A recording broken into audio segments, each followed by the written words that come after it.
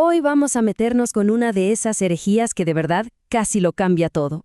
No hablamos de un simple error, sino de un intento, hay que decirlo, brillante, pero fallido, por resolver uno de los misterios más grandes de la fe. Hablemos del apolinarismo. Y todo arranca con esta pregunta. ¿Qué pregunta? Pensemos que estamos en el siglo IV, justo después del Concilio de Nicea. Los teólogos de la época se encontraron con un rompecabezas tremendo. Habían logrado afirmar que Cristo es Dios, pero al hacerlo, ¡zas!, abrieron la caja de Pandora de las preguntas sobre su humanidad. ¿Cómo es posible que una misma persona sea, a la vez, totalmente divina y totalmente humana? Y además, todo pasó en un abrir y cerrar de ojos. Miren la cronología. En menos de 60 años, la Iglesia pasó de estar definiendo la divinidad de Cristo a tener que ponerle límites a la definición de su humanidad. Esto nos da una idea de lo caliente que estaba el debate. Muy bien, ahora sí. Vamos a desentrañar el problema de fondo que Apolinar estaba tratando de resolver, un auténtico dilema divino. Imaginen la escena. Nicea acaba de vencer al arrianismo, una victoria tremenda para la ortodoxia. Se establece que Cristo es homoousios, o sea, de una misma sustancia que el Padre. Pero apenas terminan de celebrar, surge la siguiente pregunta, casi de inmediato. Perfecto, ¿y entonces qué hacemos con su parte humana? Solucionaron un problema y sin querer crearon otro. Y este era el gran miedo, el fantasma que recorría los pasillos de la teología.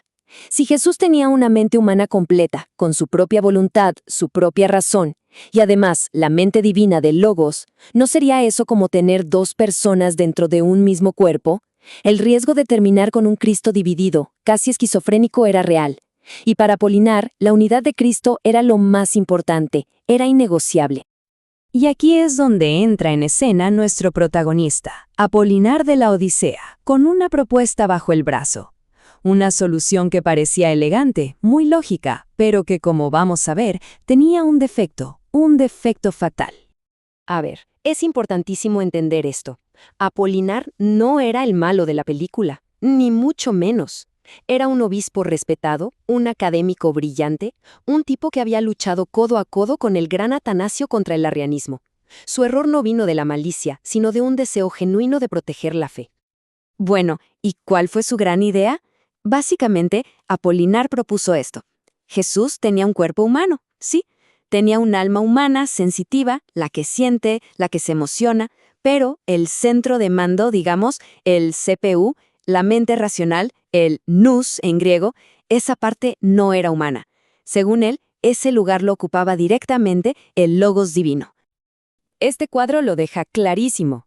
A la izquierda, la visión de Apolinar, cuerpo, alma sensitiva, y en el lugar de la mente, ¡pum!, el Logos divino. A la derecha, la visión ortodoxa, la que finalmente prevaleció, cuerpo, alma y una mente humana racional completa. ¿Se dan cuenta? La diferencia es esa pieza del rompecabezas, la mente. Para Apolinar, esa pieza no estaba, y justo ahí estaba todo el problema. La solución de Apolinar parecía perfecta para evitar el problema de las dos mentes. ¡Genial!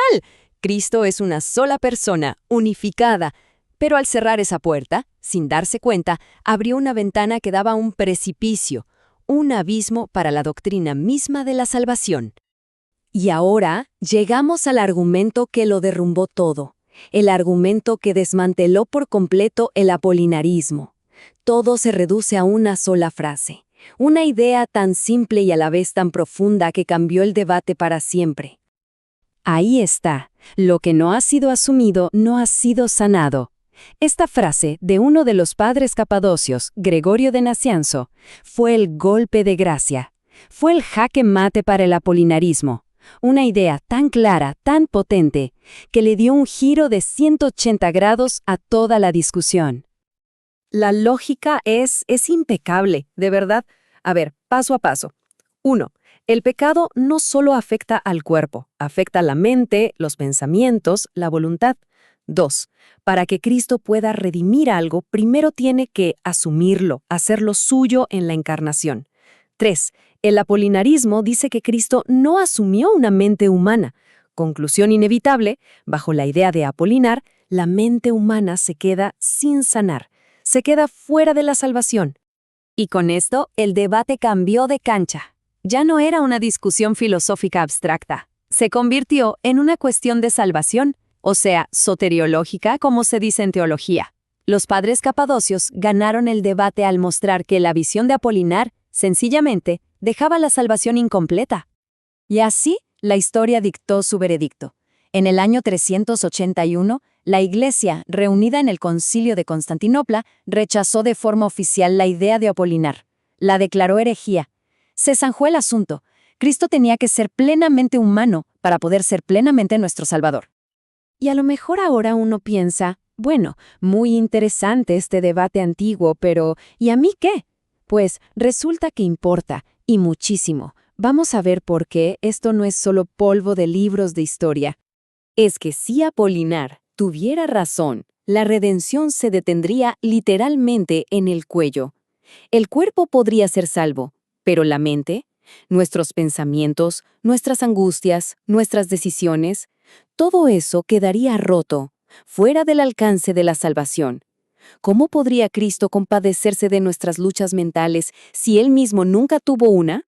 Y además, la misma Biblia parece llevarle la contraria a Apolinar. Nos dice que Jesús crecía en sabiduría. ¿Cómo se crece en sabiduría si se tiene una mente divina que ya lo sabe todo? No cuadra. O cuando dice, no se haga mi voluntad sino la tuya. Ahí se ve claramente una voluntad humana. Y cuando lloró, bueno, eso es la expresión más pura de una psique humana real. Así que llegamos a la conclusión ortodoxa.